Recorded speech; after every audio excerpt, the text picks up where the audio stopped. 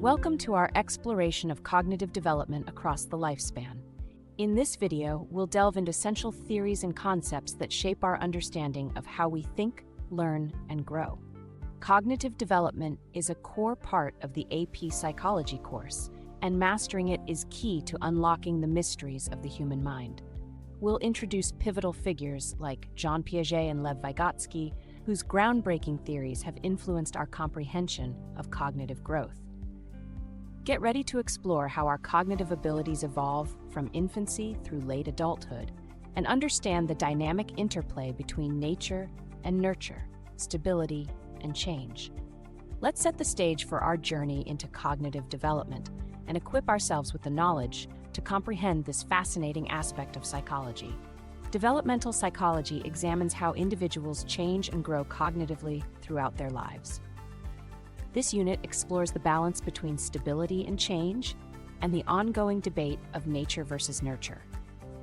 We look at how people progress through both continuous and discontinuous stages of cognitive development, affecting traits such as personality and cognitive abilities. Understanding these pivotal influences helps us appreciate the complexity and uniqueness of cognitive growth, presenting a fascinating blend of what shapes our mind and how it molds over time.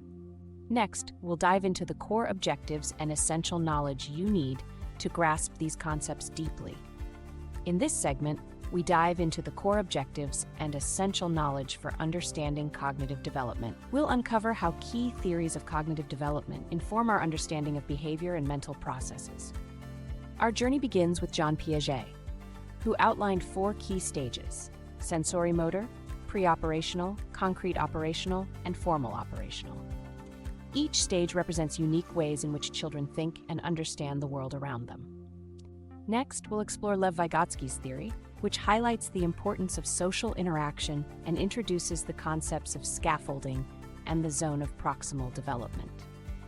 Finally, we'll look at cognitive capabilities in adulthood, focusing on crystallized intelligence and the impact of dementia. By the end of this video, you'll have a solid grasp of these foundational ideas essential for the AP Psychology course. Jean Piaget proposed that cognitive development occurs in 4 distinct stages, each characterized by unique ways of thinking and understanding the world. The first stage, the sensory-motor stage, spans from birth to about 2 years old. During this period, infants learn about their environment through sensory experiences and physical interactions. They begin to develop key concepts like object permanence, understanding that objects continue to exist even when they cannot be seen or heard, and formulating initial schemas through processes of assimilation and accommodation. Next is the pre-operational stage, which lasts from approximately 2 to 7 years old.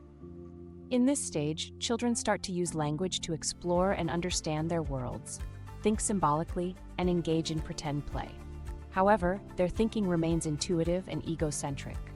They struggle with concepts of conservation and reversibility, often unable to understand that certain properties of objects remain the same despite changes in their form or appearance. From around 7 to 11 years old, children enter the concrete operational stage. This stage signifies the beginning of logical or operational thought, allowing children to perform operations on concrete objects and events. They grasp the principles of conservation and reversibility and start to appreciate perspectives different from their own, laying the groundwork for the development of more complex cognitive abilities. Lev Vygotsky highlighted the importance of social interaction in our cognitive development. He introduced 2 key concepts, scaffolding and the zone of proximal development, or ZPD. Scaffolding refers to the support provided by more knowledgeable others, such as teachers or peers, which helps learners accomplish tasks they couldn't achieve on their own. This support is adjusted based on the learner's current level of performance. The ZPD represents the range of tasks that a learner can perform with guidance but cannot yet perform independently. Vygotsky believed that learning first occurs on a social level, with interaction playing a crucial role in subsequent independent cognitive growth. By understanding these concepts, we can grasp how social contexts shape our thinking and problem-solving skills, especially in educational settings. As we age, our cognitive capabilities inevitably change. Crystallized intelligence, which is our accumulated knowledge and verbal skills, generally remains stable or even improves with age. This kind of intelligence draws from past experiences and prior learning. On the other hand, fluid intelligence, which involves the ability to reason quickly and think abstractly, tends to decline over time. One significant challenge in cognitive aging is dementia, a syndrome that causes a progressive decline in cognitive function. This can severely impact memory, understanding, language, and judgment. In this segment, we will explore the impact of these changes on daily life and the psychological theories that help us understand this transformation.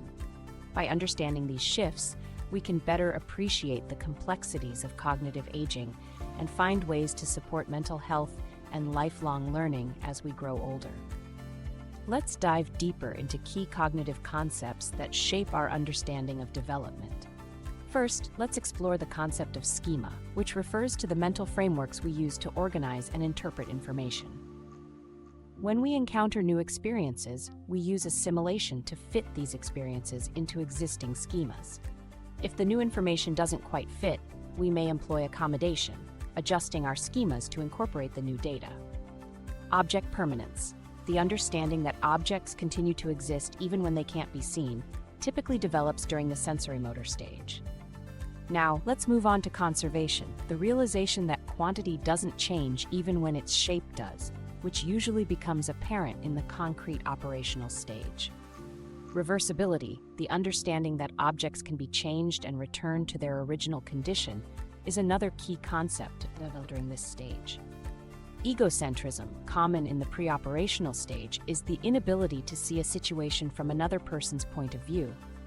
Meanwhile, theory of mind, which is the ability to attribute mental states to oneself and others, usually develops later and allows for a better understanding of others' perspectives and intentions. Each of these concepts plays a crucial role in our cognitive development, helping us make sense of the world and navigate social interactions. Understanding these cognitive development theories helps us appreciate the complexity of human growth. For example, recognizing the stages of cognitive development can inform educational practices and help tailor learning experiences to the needs of different age groups. Knowledge of cognitive changes in adulthood can guide policies and personal practices to support lifelong learning and cognitive health.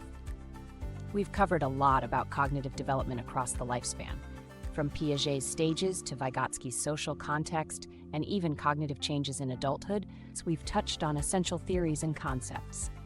Understanding these frameworks helps us grasp the intricate ways we grow and evolve cognitively. Don't forget to review the key points and reflect on how these stages and theories relate to real-world scenarios. Stay curious and keep exploring how we think, learn, and adapt over time. More fascinating topics in developmental psychology await you. Stay tuned. Thank you for joining us on this journey through cognitive development across the lifespan. We've unpacked key theories, highlighted essential cognitive terms, and explored how these concepts play out in real-world settings.